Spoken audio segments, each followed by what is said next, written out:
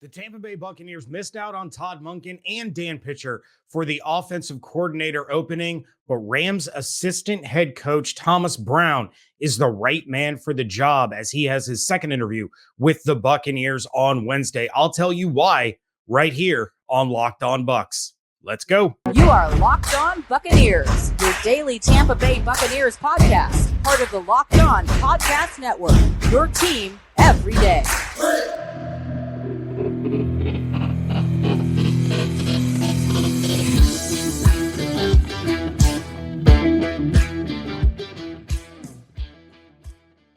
What's up, and welcome to the Locked On Bucs podcast, part of the Locked On Podcast Network, your team every day. We are your daily podcast covering the Tampa Bay Buccaneers, free and available on all platforms, including YouTube and the 10 Tampa Bay Plus app that you can find on your Roku device or Amazon Fire Stick.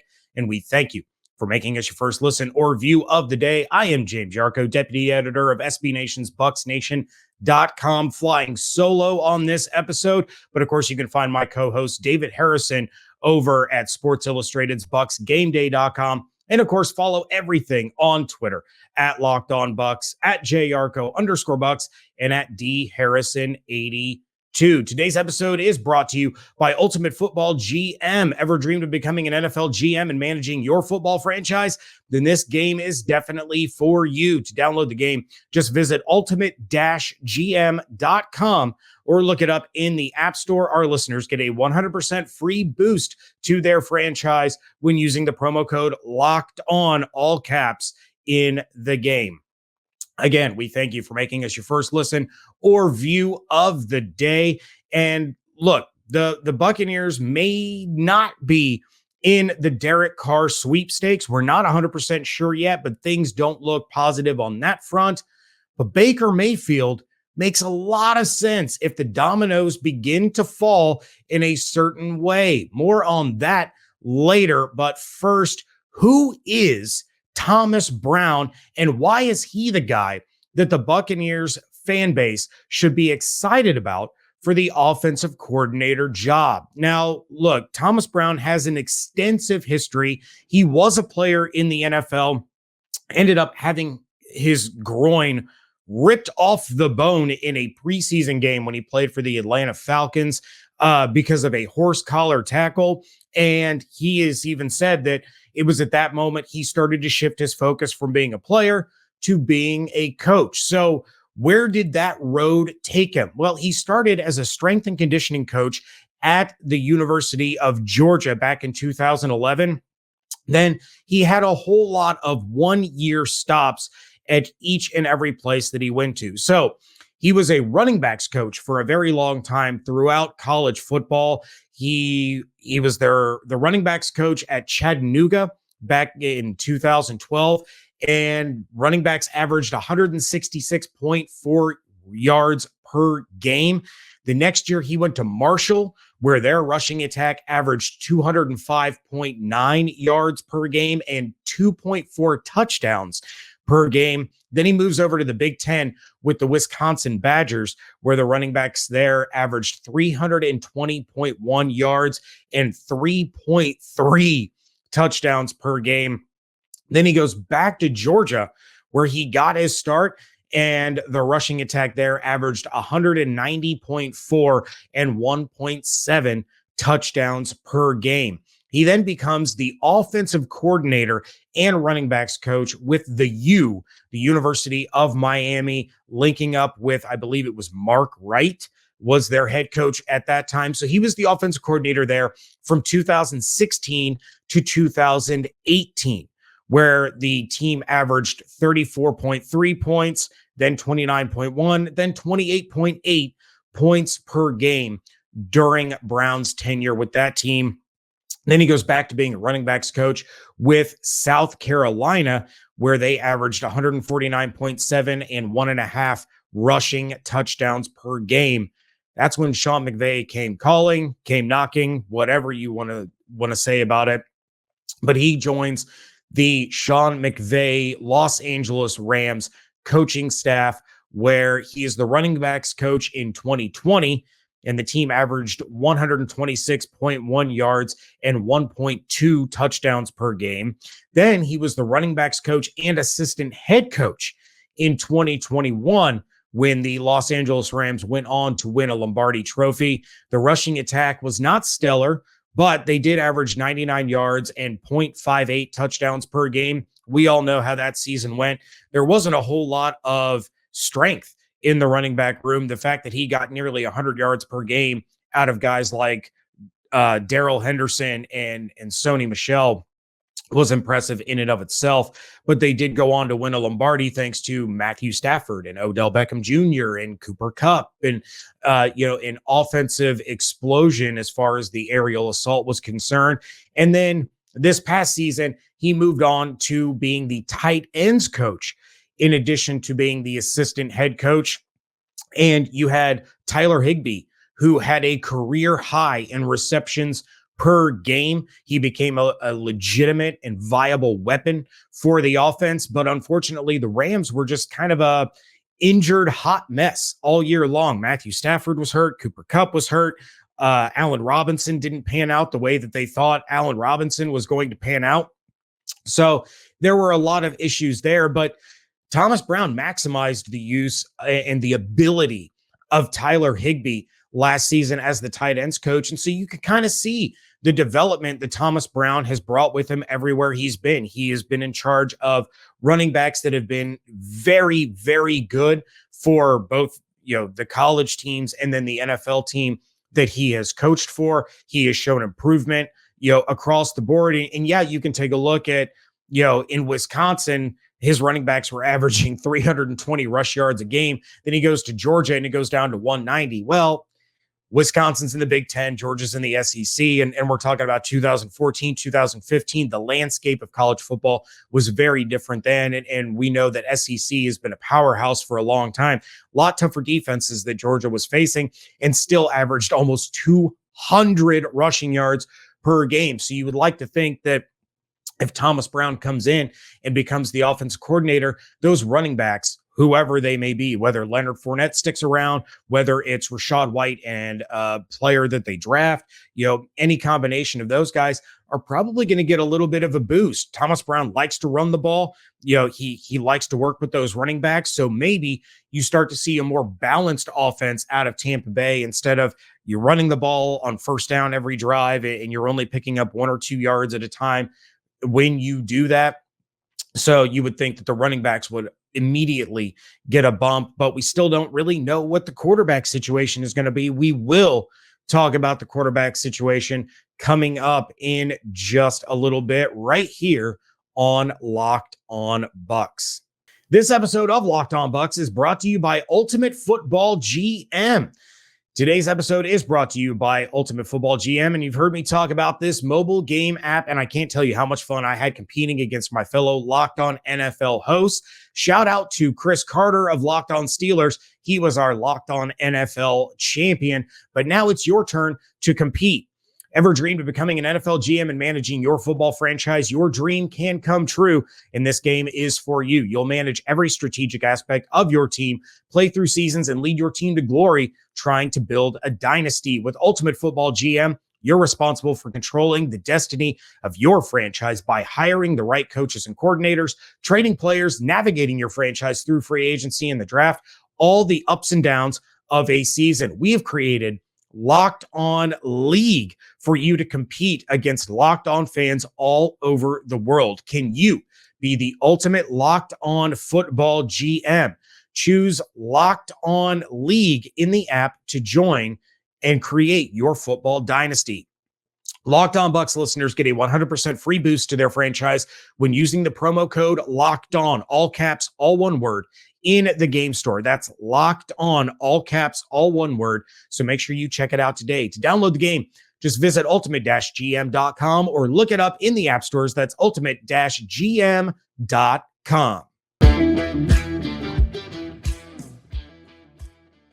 Thank you again for making Locked On Bucs your first listen or view of the day. And let's talk a little bit about where else Thomas Brown comes from. And that, of course, is the Sean McVay coaching tree. We hear about coaching trees a lot in the NFL. You have the Andy Reid tree, which has been pretty successful. You have the Bill Belichick tree, which has not been as successful. When you've seen Bill Belichick's coordinators move on to head coaching jobs, they tend to not do so great. He had an incredible staff in Cleveland back when Bill Belichick was the head coach of the Cleveland Browns, where he had guys like Eric Mangini and Nick Saban and I can't even remember who all he had on that staff. It was, look up Bill Belichick's staff on the Cleveland Browns. And it's pretty impressive the amount of guys that came out of that staff and ended up becoming head coaches in the NCAA or in the NFL. But Sean McVay is a super young guy. He was hired as a really, really, really young guy. And it just seems that he churns out these really, really impressive head coaches. And so many have been, I especially was critical of the Cincinnati Bengals hire of Zach Taylor. I didn't like the hire when they made it. I've been proven wrong. It happens from time to time. But you take a look at the McVay coaching tree where there is Zach Taylor, the head coach of the Cincinnati Bengals. Super Bowl appearance 2 years ago, AFC Championship appearance last year, has one of the best teams in the National Football League, arguably the best quarterback in the National Football League. You can make a case for Joe Burrow against Patrick Mahomes or anybody else. He's definitely one of the best, if not the best, in the NFL. You have Matt LaFleur in Green Bay, NFC Championship a few years ago that they lost to the Tampa Bay Buccaneers, 36-10 record. Like, Matt LaFleur is fantastic. And again, that was another hire that I was, critical of when it was made.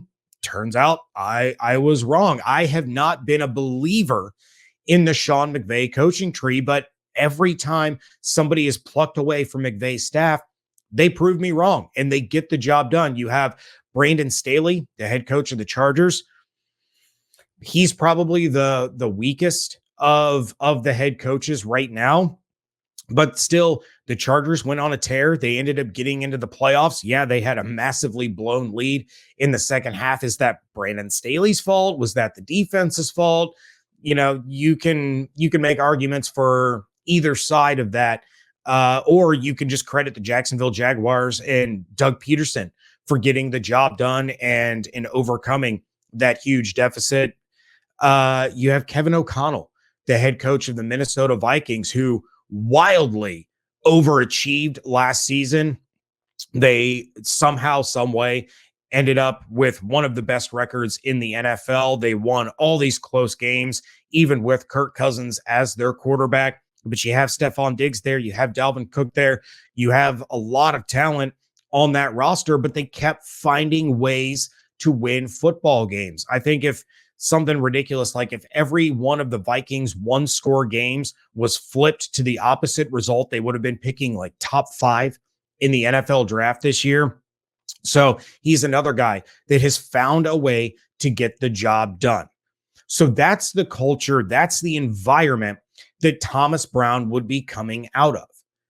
And when you take a look at the creativity, the ingenuity, the gutsiness of a Sean McVay offense in Los Angeles, regardless of who the offensive coordinator has been, regardless of who the position coaches have been, that is an offense that has taken risks and it has paid off when they do so.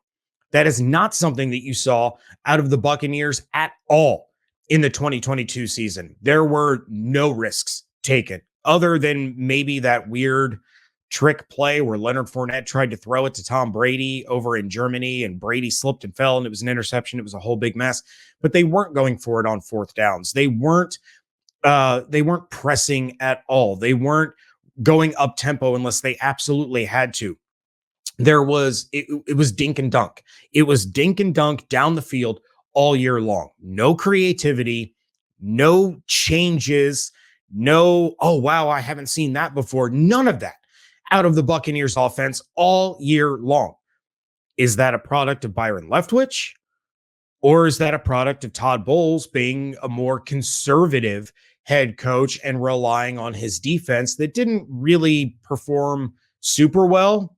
They were bad by the standards that have been set over the past couple of years with Todd Bowles as the defense coordinator, but they were pretty middle of the road. Just kind of they were a good, not great defense.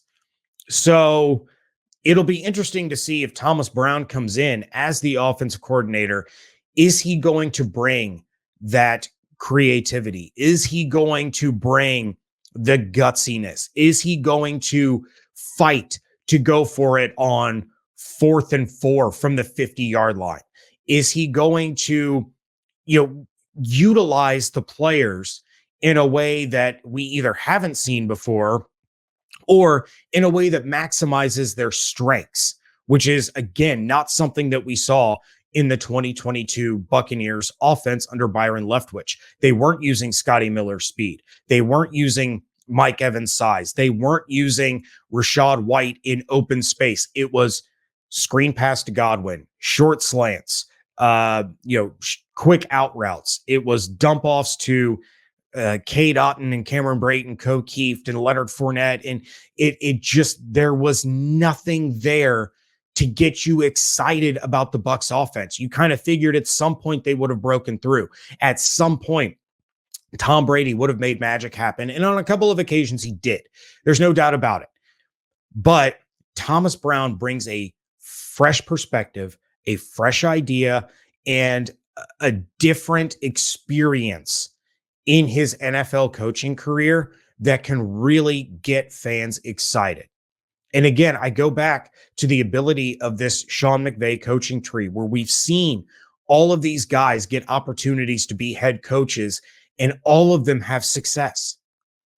So there's no reason to think that Thomas Brown won't follow in those footsteps. Maybe he is only the offensive coordinator for a year before he gets the opportunity to be a head coach. The Texans interviewed him for the head coaching vacancy that they had. Now, they were always pretty much all in on DeMeco Ryans, but if DeMeco Ryans didn't want that job, we could be talking about a completely different set of offensive coordinator candidates because Thomas Brown wouldn't have been available. He would have been the head coach of the Houston Texans, the next one of the McVay tree to get that head coaching opportunity.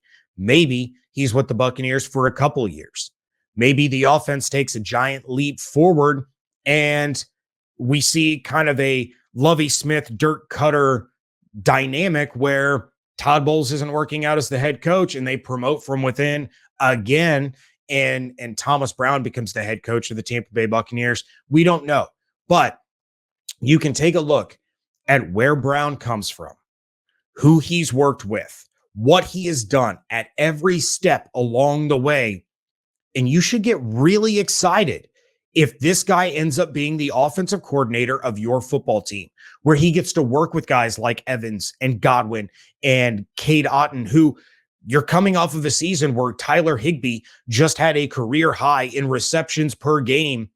And we were, especially me, and I know Otton had some bad games and he had some bad drops, but now he gets to work with an offensive coordinator that maximized the talent and ability of Tyler Higbee. And now he gets to start to mold and groom a very young, very talented tight end in Cade Otton, who could turn around and really have a breakout sophomore season under Brown's tutelage. Same thing with the running backs. You have Rachaad White, who showed flashes and showed that he deserved to be the top running back for the team last year. Now he gets to work with a guy who has been a running backs coach the majority of his coaching career and has maximized the ability of his running backs at every step along the way. But who's going to be the guy under center? Who is going to be the signal caller for the Tampa Bay Buccaneers? Is Thomas Brown going to take this job if it's Kyle Trask? Is he going to want to bring in his own guy like Baker Mayfield? I'm going to tell you why that is the right idea coming up next here on Locked On Bucs. Today's episode of Locked On Bucs is brought to you by FanDuel. The midway point of the NBA season is here, and now is the perfect time to download FanDuel, America's #1 sportsbook, because new customers get a no-sweat first bet up to $1,000. That is bonus bets back if your first bet doesn't win. Just download the FanDuel Sportsbook app. It is safe, secure, and super easy to use. Then you can bet on everything from the money line to point scorers and threes drained. You guys know I love my player props and my same game parlays. I'm all about the 2x3 on these NBA bets. That's 2 3-pointers scored in the first 3 minutes. I love playing on, playing with that a little bit. And more often than not, you're going to hit on that one. So FanDuel even lets you combine your bets for a chance at a bigger payout with a same game parlay. So don't miss the chance to get your no sweat first bet up to $1,000 in bonus bets when you go to FanDuel.com/locked on. That's FanDuel.com/locked on to learn more. Make every moment more with FanDuel, an official sports betting partner of the NBA. Wrapping things up here on a Wednesday edition of the Locked On Bucs podcast, and it's time to talk quarterbacks. David did a really fun dive into why Derek Carr should choose the Tampa Bay Buccaneers on yesterday's episode, but I'm going to tell you why a pretty polarizing player by the name of Baker Mayfield actually makes a lot of sense for the Bucs. And I know some of you are shaking your head. Some of you are screaming at me. No, we don't want Baker Mayfield. Absolutely not. He's trash, yada, yada, yada. Some of you may look at him as just being a different version of Jameis Winston.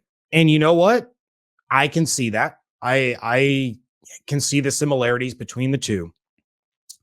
But we've seen a lot of good out of Baker Mayfield in his time in the NFL. I mean, he got the Browns their first playoff win since they came back into the NFL. And that alone speaks volumes.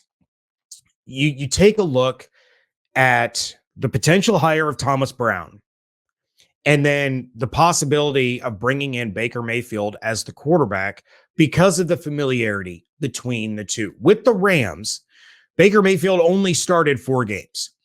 But he finished with a 63.6% completion percentage. And just for comparison, for reference, his career high in completion percentage came in his rookie season at 63.8%. So he performed almost as efficiently in his 4 games with the Rams as he did in his career best season in terms of completions. So he averaged 6.6 yards per attempt, 10.4 yards per completion, and finished with a 2-to-1 touchdown to interception ratio. I don't know about you, but I would take a 2-to-1 interception or touchdown to interception ratio out of Baker Mayfield in a heartbeat. If we got that out of Jameis Winston a couple of years ago, he may still be the quarterback of the team. There may not have been a Tom Brady era. You would hope that there would have been, just because it came with the Lombardi Trophy. But that's kind of what you would love to see out of a guy who is a free agent quarterback. He is coming off of an injury-plagued 2021 with the Browns, which is why they make the deal for Deshaun Watson. The guy played basically with no arm control whatsoever because of his injury, and he gets the boot for it. Then I firmly believe that he was never really set up for success with the Panthers. You had a terrible head coach in Matt Rule. He gets fired. Baker gets relegated to the bench in favor of guys like PJ Walker. And I can't even remember the other quarterbacks they used. They're trading away Christian McCaffrey. They're trading away Robbie Anderson and basically blowing the whole thing up. And in spite of that, Steve Wilkes manages to keep them in the playoff hunt up till the end of the year. So a tip of the hat to Steve Wilkes for the incredible job that he did there. But I don't think Baker ever really got a fair shot in Carolina. It was pretty much doomed from the jump. And he goes to the Los Angeles Rams and he finds some moderate success. And he did so with a bunch of no names, a bunch of practice squad call-ups, and no weapons at skill positions of any kind of value whatsoever outside of what Higbee was able to do with a really good season that he had. But you had no Cooper Kupp. You had no Allen Robinson, who was dealing with injury. Your running game was absolutely abysmal from the jump. So you take a look at Spot Track that has Mayfield's estimated market value of $6.5 million of the average annual value. That is certainly a feasible amount for a veteran quarterback with playoff experience coming to a team with cap issues. The Bucs are going to clear out a bunch of cap one way or another. It's going to be restructures, it's going to be cuts, it's going to be changes, but they're going to find cap room. They only have one quarterback under contract, so you know they're going out to sign a veteran. Whether they bring back Blaine Gabbert, maybe. They could go for a Jacoby Brissett. Sure, why not? But if the difference between a Gabbert and a Brissett versus a Mayfield in terms of contract is negligible, why wouldn't you go for the guy with the bigger upside? A guy that has won in the playoffs, that has been a starter in this league, that is looking for a chance to revitalize his career and do so with an offensive coordinator that he would already know. That there's already that relationship there. I like Baker Mayfield. I do. I've liked him since he was at Oklahoma. And to me, Baker Mayfield is a low risk, super high reward chance that the Bucs can take. And don't forget that the Buccaneers already showed interest in Mayfield back when Brady was retired the first time. They had already begun looking into a potential trade with the Cleveland Browns for Baker Mayfield. So the coaching staff, the front office, the people inside that building have already shown that they like Baker Mayfield. Instead, Tom comes out of retirement. Great. Don't have to worry about anything. Baker goes to the Carolina Panthers. That doesn't work. He goes to the Los Angeles Rams, plays pretty well there with a squad full of second and third stringers. Now the Buccaneers are facing another opportunity to get Baker Mayfield, a player that they already like. It's not the sexiest of names. He's not going to take you to a Super Bowl right out of the gate in his first season with the team. But Baker Mayfield is a really solid option at a really affordable price for a team that doesn't want to go into a full-blown rebuild. They want to stay competitive in a weak NFC South, and Baker Mayfield can step in and do exactly that. Maybe Derek Carr does go to the Saints. Maybe he does go to the Panthers. But Baker Mayfield can keep the Buccaneers competitive against Derek Carr any day of the week. I prefer Derek Carr, but Baker Mayfield would not be a bad consolation prize for a cap-strapped team looking to stay competitive in a weak division. If Thomas Brown is the OC hire, Baker Mayfield makes a ton of sense for the Tampa Bay Buccaneers. With that, I will bid you all a fair adieu. Thank you again for making Locked On Bucs your first listen or view every single day. Make sure you come back tomorrow. David, I'm sure, will have plenty to say on what I had to say on this episode. But in the meantime, you can check out everything that he's doing over at BucsGameDay.com. You can check out my work over at BucsNation.com. And of course, you can follow everything on Twitter at Locked On Bucs, at JYarcho_Bucs, and at DHarrison82. Hope you all have an absolutely outstanding day. Stay safe, stay healthy, fire the cannons. And we thank you so much for joining us right here at Locked On Bucs.